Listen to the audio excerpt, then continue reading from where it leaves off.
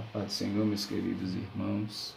Louvo a Deus por essa oportunidade de poder estar compartilhando o pouco que sei com vocês. Agradeço ao líder Gustavo pela oportunidade e louvo a Deus também pela iniciativa, que num momento tão difícil como esse, nós está buscando alternativas para que a obra de Deus não pare. Vamos lá, dar prosseguimento. A lição que nós iremos estudar, o que foi me passada, é a lição de número 12, cujo o título da lição é o Código de Ética de Jesus. Vamos lá. A gente vai agora pontuar algumas diferenças entre moral e ética, já que a lição está falando sobre um código de ética. E nós vamos começar pela moral.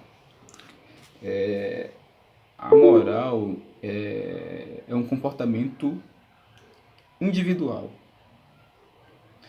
Ou seja, o conceito daquilo que é certo ou errado muda ou pode mudar de indivíduo para indivíduo. Aquilo que o indivíduo B acha que é certo, o indivíduo A já acha que é errado e vice-versa.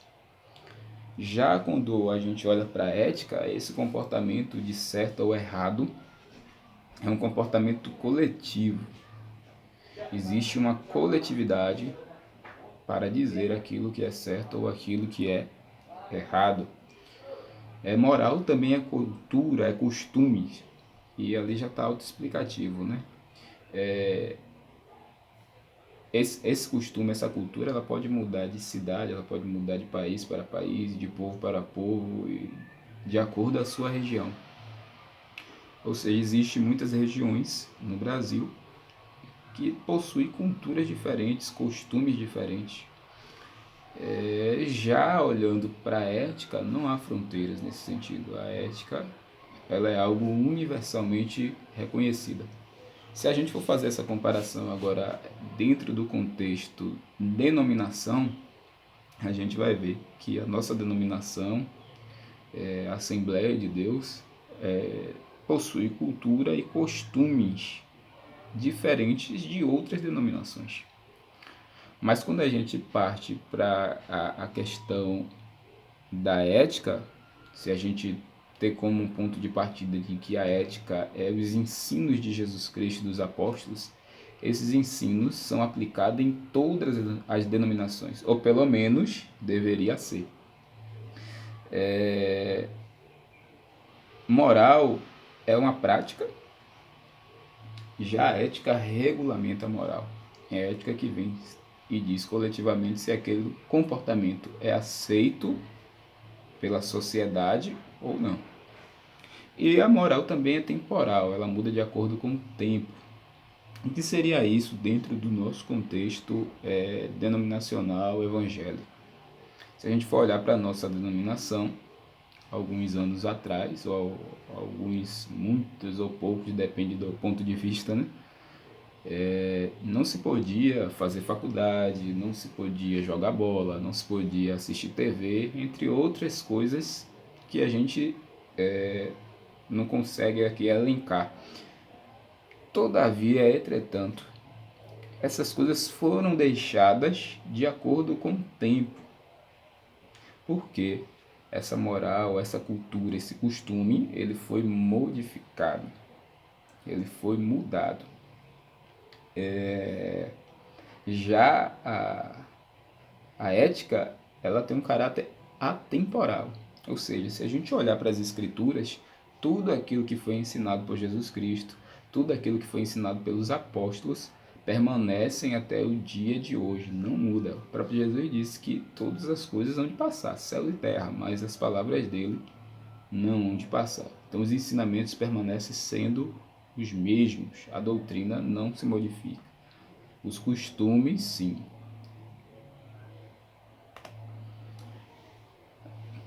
Bom, se a nossa vida de fato, ou o nosso devocional de fato é para o Senhor, a gente precisa se questionar pelo menos em 3 coisas que pontuei aqui.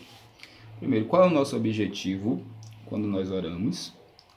Segundo, ao jejuarmos, o que de fato nós esperamos? E terceiro, ao fazermos a caridade, qual é a nossa real intenção? Aí Jesus ele vai trazer algumas passagens, alguns exemplos bíblicos, né? E aí eu apontei isso como atos antiéticos na visão ética de Jesus e do reino de Deus. A primeira é a oração do fariseu no templo, né, na sinagoga.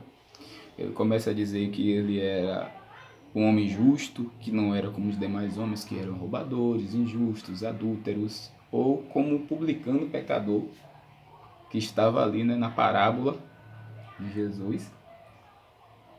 E ele começa a fazer esse tipo de comparação. E Jesus vai repreender ele veementemente, porque ele estava exaltando-se a si mesmo. Ele estava se engrandecendo. Esse mesmo homem também vai ter um modelo de jejum reprovado, porque ele vai dizer: eu jejuo 2 vezes na semana, com voz alta, eu dou dízimo de tudo aquilo que eu possuo. E aí Jesus diz: ó, esse daí veio até a casa, mas já veio justificado, porque qualquer que a si mesmo se exaltar será humilhado. E Isaías, que era um profeta messiânico, ele também vai trazer uma ideia de jejum. O povo se questionava, né? O povo na época estava fazendo algum tipo de jejum e começaram a se questionar. Eles perguntam: por que jejuamos nós e tu não atentas para isso? Isso eles falando para Deus, né? Por que afligimos as nossas almas e tu não sabes?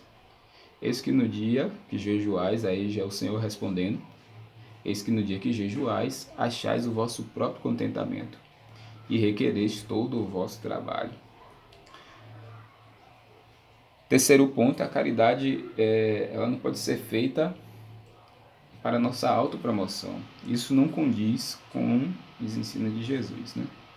Jesus ela ensina dizendo: quando vocês forem dar esmola, não façam tocar diante de ti a trombeta, como fazem alguns hipócritas nas sinagogas, nas ruas, buscando ser glorificado pelos homens. Mas Jesus, em verdade, vos digo que esse daí já receberam o seu galardão. Felizmente, ainda vemos isso no dia de hoje, muita gente que faz as coisas, né? São publicação nas redes sociais, fazem para ser notadas, para ser vistas. Isso não quer dizer que todo mundo que publicou algo na rede social quer ser notado, quer ser visto. Mas muitos fazem com esta intenção.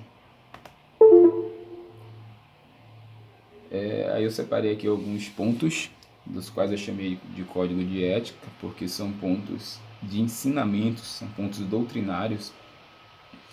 E aí o primeiro ponto é Jesus falando acerca da oração. Ele diz: quando vocês orarem, vocês entram no seu aposento ou no seu quarto, fecha a porta e ora ao seu pai que está em secreto. E esse seu pai que te vê em secreto, ele vai te recompensar publicamente. E aí isso chama muita atenção, como Deus age, né? Como Deus quer as coisas. Ele não quer que a gente tenha uma devoção aparente, uma devoção de apresentação. Mas ele quer uma devoção oculta, secreta. E aí ele faz questão de, quando nós fazemos isso, de nos recompensar publicamente. E já Isaías, que era um profeta messiânico, volto a dizer, ele traz o conceito de Jesus, ou o conceito de jejum, que era desejado por Deus na época. E esse conceito era o quê? Era que os oprimidos fossem libertados, que os nus fossem vestidos, que o faminto fosse assistidos com pão, e os abandonados, os pobres moradores de rua, fossem acolhidos em suas casas. Isaías aqui, através daquilo que Deus lhe tinha ordenado que falasse, ele estava alertando a nação que o jejum que eles estavam fazendo não estava sendo aceito, porque eles faziam o jejum para os seus próprios desejos, seus próprios deleites, e muitas vezes nós estamos assim, né? Fazemos jejuns para passar em um concurso público, para passar em uma prova, fazemos jejuns para alcance dos nossos objetivos quando não é essa a vontade de Deus no jejum.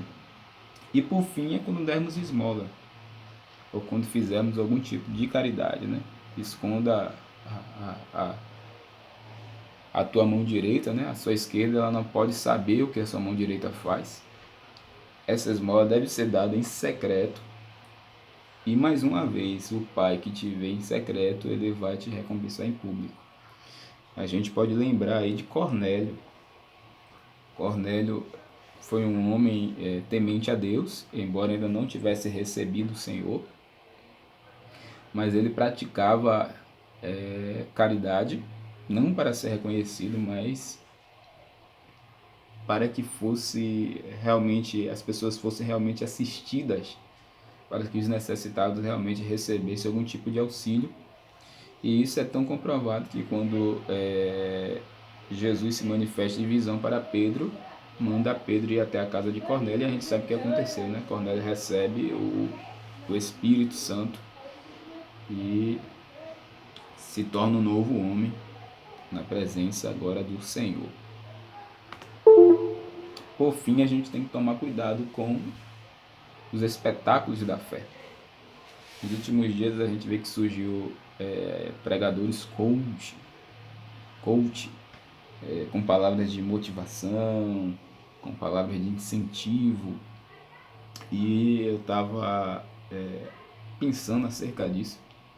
Se a gente de fato precisa de incentivos desse tipo para que a gente possa ser cristão, para que a gente possa estar na presença de Deus, de fato a gente ainda não conheceu a Deus, não conhecemos a Jesus e nem o propósito do seu reino. Muitos outros também têm se feito profetas, apóstolos, tidos como um homem cheio de poder, e eles fazem tudo para ser vistos, seja nas redes sociais, nos grandes templos, nas grandes festividades.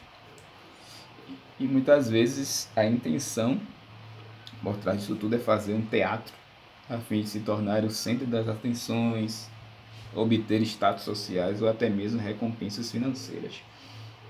Mas Jesus, ele não fazia dessa forma.